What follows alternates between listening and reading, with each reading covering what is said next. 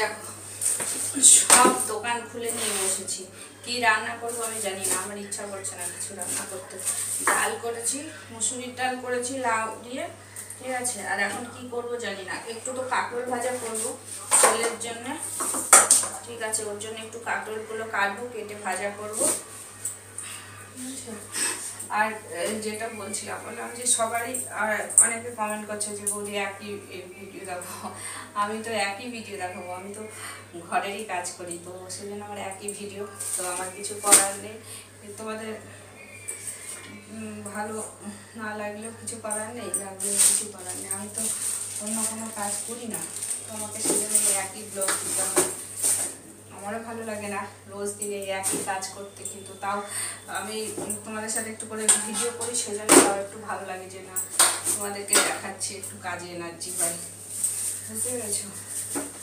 তো ডাল তো করেছি, একটু কাঁকরোল ভাজা করবো। আর আমরা টক কালকে করেছিলাম,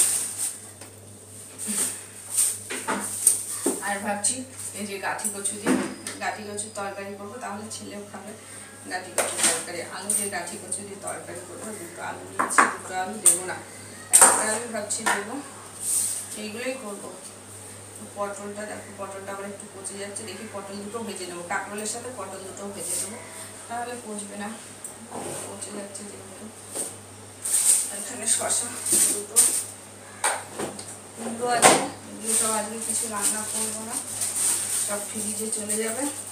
কালকে এর মধ্যে লঙ্কাগুলো কতটা ভালো আছে জানি না। আমাদের সবারই ডেলি একই কাজ করতে হয় বলো, সেই ঘুম থেকে উঠে সেই একই কাজ, যে যেরকম কাজ করে সে সেরকম। আমাদের সবাইকে একই রকম রুলসে চলতে হয়, রেগুলার একই রকম। কিছু করার নেই, কি করবে বলো, কিছু করার নেই। ইচ্ছা না থাকলেও তোমাকে সেই একই রকম কাজ করতে হবে, তাই তো?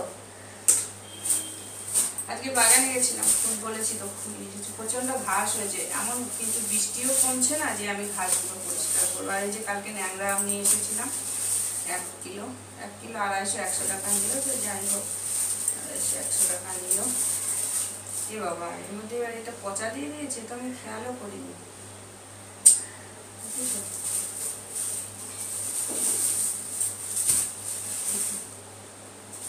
এটা আমি একদম খেয়াল করিনি যে পচা। দেখো আম কিনলাম তাও পচা এখানটায়।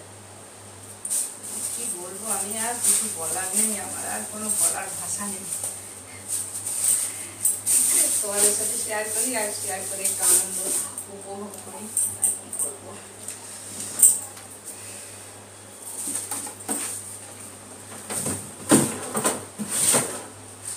ফ্রিজটা অফ করা আছে, ফ্রিজটা চালিয়ে দিলাম। হ্যাঁ, তোমরা যারা আমার ভিডিও দেখছো তাদেরকে আমার সত্যি করে বলছি, আমি মন থেকে বলছি, তোমাদের অনেক অনেক ভালোবাসা, অনেক শুভেচ্ছা। কেননা এই রেগুলার একই জিনিস করছি, তাও তোমরা আমাকে সাপোর্ট করছো, আমাকে আমার ভিডিওগুলো দেখছো, তাই জন্য তোমাদেরকে অনেক ধন্যবাদ, ঠিক আছে। আর অনেক ভালোবাসা আমার তরফ থেকে।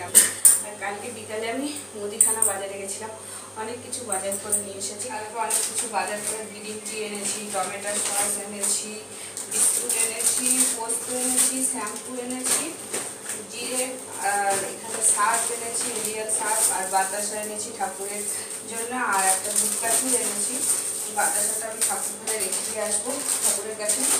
আর ধূপকাঠি এনেছি, অনেক কিছু বাজার করছি। তারপরে তোমার ভীমবার শেষ হয়ে গেছিলো, ভীমবার এনেছি, এইসব অনেক টুকিটাকি বাজার করেছি। আর এখনও আমার পুজোর বাসন টাসন ধোয়া হয়নি, পুজোর বাসনগুলো বাতাসাগুলো রাখবো। রোজ দিন নকুলদানায় দিই ঠাকুরকে, তাই জন্য আজকে ভাবলাম যে বাতাসা, এবার বাতাসাটা কিনে নিয়ে আসি, বাতাসা দেবো। আম ঠাম ফল দিই, যখন যেটা ফল থাকে তখন সেটা দিই, কিন্তু বাতাসাটা নকুলদানাতে রেগুলার হয়। তো আজকে এটা করেছি। দেখো তোমাদেরকে দেখাচ্ছি, আমি এই দেখো চাল কুমড়ো দিয়ে মুসুরির ডাল করেছি, ঠিক আছে। বলতে পারো আমাদের এরকম পাতলা ডালই খায়, আমার ছেলে একটু পাতলা বেশি গাঢ় খায় না। আর ভাত করা হয়নি, কালকের ভাত ছিল, ওই যে সেটা ছেলেকে একটু দিয়েছি, পরে করবো। আর ইচ্ছা করছে না আমার।